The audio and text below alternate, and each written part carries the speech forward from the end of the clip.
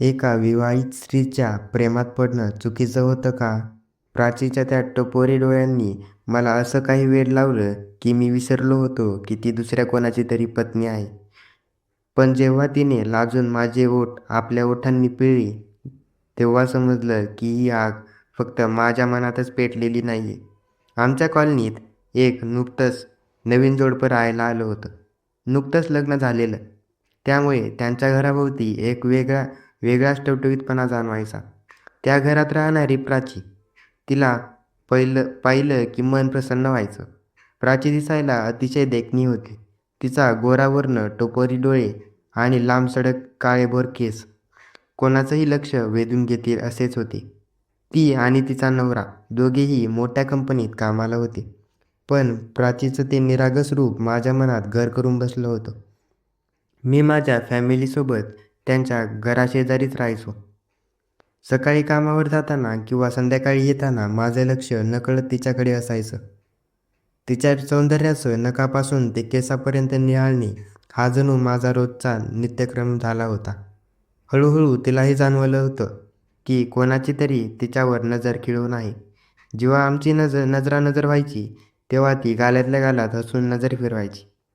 तिच्या त्या सूचक हास्याने मला जणू मूकसंमतीच मिळत होती. एके दिवशी मी ठरवलं की आता फक्त बघून चालणार नाही. मनातलं बोलून दाखवायला हवं. दोघंही वेगवेगळ्या ऑफिसमध्ये असल्याने मला संधी मिळाली. मी गाडीवर तिचा पाठलाग सुरू केला. ती गाडी चालवत होती, पण आरशातून ती सारखी मागे वळून बघत होती. तिला समजलं होतं की मी मागे आहे. एक निर्जन्य वळणावर तिने गाडी थांबवली. मी धाडस करून तिच्या जवळ गेलो. माझं हृदय जोरदार धडधडत होतं. मी म्हणालो, प्राची, मला तू खूप आवडतेस. जेव्हापासून तू कॉलनीत आली आहेस, तेव्हापासून मला तुझ्याशिवाय दुसरं काही सुचत नाही. 24 तास फक्त तुझाच विचार डोक्यात असतो. प्राची क्षणभर थबकली. तिने इकडे तिकडे पाहिलं आणि म्हणाली, सॉरी, मला हे जमणार नाही. माझं लग्न झालं आहे. पण तिच्या डोळ्यात नकार नव्हता, तर एक प्रकारची भीती आणि ओढ होती. मी तिचा हात हातात घेतला. माझ्या हाताला झालेला तो नाजूक स्पर्श आणि तिच्या मऊ हाताची जाणीव होताच माझ्या अंगावर शहारे आले. मी म्हणालो, मला माहीत आहे तुझं लग्न झालंय, पण तू जर हो म्हणलीस तर मी कोणालाही कळू देणार नाही. हे आपलं गुपित असेल. मी तुला प्रॉमिस करतो. ती 5 मिनिटं विचार करत उभी होती. तिच्या मनातलं दंत तिच्या चेहऱ्यावर दिसत होतं. मी तिचा फोन नंबर मागितला आणि तिने तो दिला. तो नंबर घेताना झालेला नाजूक स्पर्श माझ्या मनात एक वेगळीच ओढ निर्माण करत होता. रात्री मी तिला मेसेज केला, काय ठरवलंस प्राची? तिने मेसेज पाहिला, पण उत्तर दिलं नाही. दुसऱ्या दिवशी पुन्हा मी तिला रस्त्यात गाठलं. ती म्हणाली, जर माझ्या नवऱ्याला समजलं तर माझी सुखी आयुष्य विस्कसून जाईल. मी तिला खूप समजावलं, विश्वासघात घेतलं. शेवटी ती लाजून म्हणाली, कोणालाही कळता कामा नये. तिच्या त्या संमतीने मी आनंदात न्हाऊन गेलो. पुढचे 4-5 दिवस आमचं फोनवर बोलणं आणि चॅटिंगवर बोलणं सुरू झालं होतं. बोलता बोलता आमची जवळीक वाढली. एकदा मी तिला म्हणालो, किती दिवस फक्त फोनवर बोलायचं, कधीतरी कॉफी प्यायला जाऊया. ती आधी नको म्हणत होती, पण शेवटी तयार झाली. आम्ही कॉफी शॉपमध्ये बसलो होतो. बोलताना आमचे हात एकमेकांना स्पर्श करत होते. आम्ही एकमेकांना टाळ्या देत होतो, हास्यविनोद करत होतो. तिचं ते मोहक हसू आणि नाजूक गुलाबी गाल पाहून मी पूर्णपणे घायाळ झालो होतो. तिच्या सहवासात मी आता बेधुंद होऊन लागलो होतो. काही दिवसांनी मी तिला एका शांत ठिकाणी भेटायला बोलवलं. आम्ही त्या बागेतल्या कोपऱ्यात बसलो होतो. तिथे गर्दी नव्हती. मी हळूच तिच्या खांद्यावर हात ठेवला. तिने विरोध केला नाही. उलट ती लाजून चूर झाली. मी तिच्या जवळ गेलो आणि हळूच विचारलं, प्राची, मला एक चुंबन मिळेल का? तिने लाजेने डोळे मिटून घेतले. तिच्या चेहऱ्यावर एक हलकासा कंप सुटला होता. मी तिच्या जवळ गेलो तशी ती डचकली. मी तिला डोळे उघडायला सांगितलं. तिने डोळे घट्ट मिटून घेतले होते. मी राहवलो शकलो नाही आणि तिच्या नाजूक ओठांवर चुंबनाचा वर्षाव सुरू केला. आमचं हे पहिलं चुंबन जणू हृदय एकमेकात विलीन झाल्याचा भास झाला. त्या पहिल्या चुंबनानंतर आमच्यातील ओढ शब्दांच्या पलीकडे गेली होती. प्राची आता माझ्याशी बोलताना पूर्वीपेक्षा जास्त मोकळी झाली होती. फोनवर तासनतास गप्पा मारताना आम्ही एकमेकांच्या मिठीत सामावून जाण्याची स्वप्न पाहू लागलो होतो. एके दिवशी मला समजलं की प्राचीचा नवरा कामानिमित्त शहराबाहेर गेला आहे. प्राचीलाही त्या दिवशी ऑफिसला सुट्टी होती. तिला वाटलं नव्हतं की मी इतक्या धाडसाने तिच्या घरी येईल. मी थेट तिच्या दारावर गेलो. बेल वाजवताच तिने दरवाजा उघडला आणि मला समोर पाहून ती चकित झाली. "तू तू इथे कसा? कोणी बघितलं तर?" ती थोडी घाबरली. मी काहीच न बोलता फक्त तिच्या डोळ्यात पाहिलं आणि तिला मिठीत घेतलं. तिला अजून शरमेने पाणी झाली आणि तिला घट्ट मिठीत आवळलं. तिच्या शरीराचा तो नाजूक व मऊ स्पर्श माझ्या मनाला वेड लावत होता. तिच्या अंगातून निघणारा तो मंद सुवास मला अधिकच बेधुंद करत होता. मी तिला हळूच उचलून घेतलं आणि बेडरूमकडे वळालो. तिची ती गोरीपान त्वचा आणि त्या क्षणी तिचं ते निरागस रूप पाहून माझं भान हरपून गेलं होतं. मी तिला बेडवर हळूवारपणे बसवलं. ती नको नको म्हणत होती, पण तिच्या डोळ्यातली ओढ काहीतरी वेगळंच सांगत होती. मी तिच्या जवळ गेलो आणि तिच्या नाजूक गुलाबी गालांवर हळूवार चुंबन घेतलं. त्यानंतर मी माझ्या ओठांनी तिच्या मानेवर चुंबन घेतलं. माझ्या श्वासांची उष्णता आता तिच्या मानेवर पडताच तिच्या अंगावर शहारे आले होते. तिने हळूच तिचे डोळे मिटून घेतले. तिचा तो हलकासा कंफ मला जाणवत होता. ती आता मला थांबवू शकत नव्हती, कारण तिच्याही मनात तशीच आग पेटली होती. तिने घातलेली सुंदर नेटची साडी आणि तिचा साडीचा पदर खांद्यावरून खाली निसटला होता. ते मनमोहक दृश्य पाहून मी पूर्णपणे घायाळ झालो होतो. मी तिच्या सौंदर्याचा आनंद घेत होतो. आमच्यातील अंतर आता पूर्णपणे संपलंच होतं. मी हळूहळू तिच्या आणखी जवळ गेलो. आमचे श्वास एकमेकात मिसळले होते.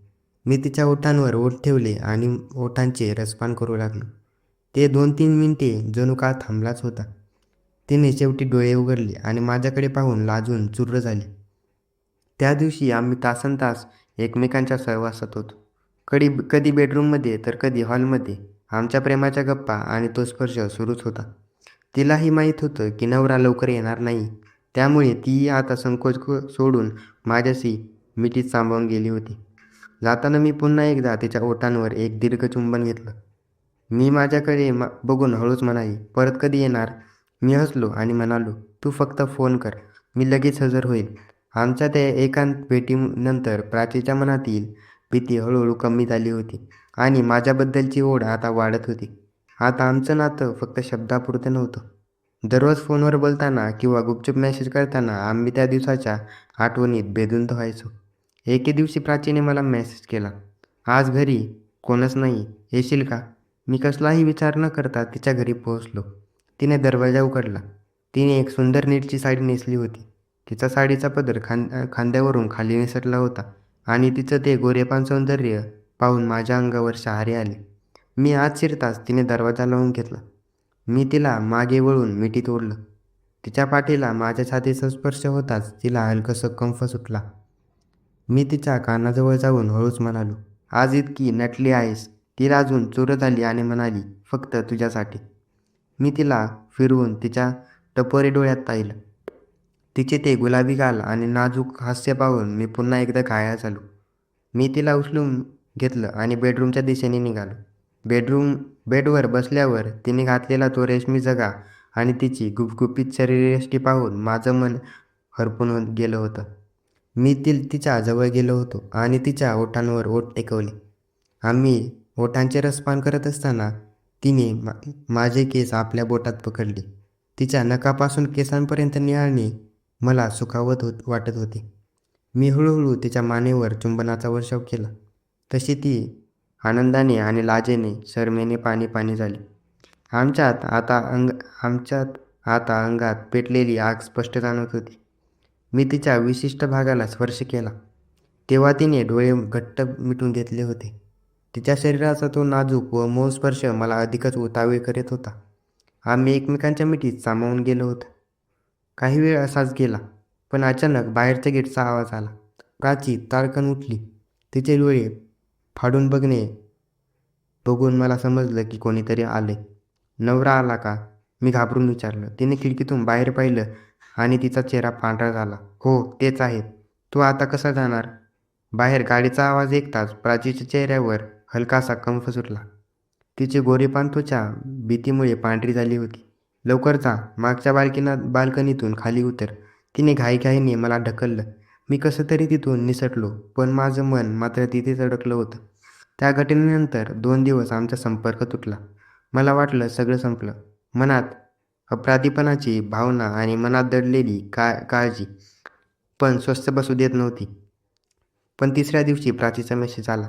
आज संध्याकाळी बागेत भेट, शेवटचं बोलायचं आहे. मी तिथे पोहोचलो.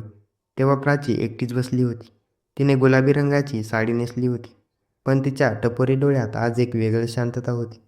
ती ह तिच्या जवळ जाऊन नाजूक हातात हात घेतला.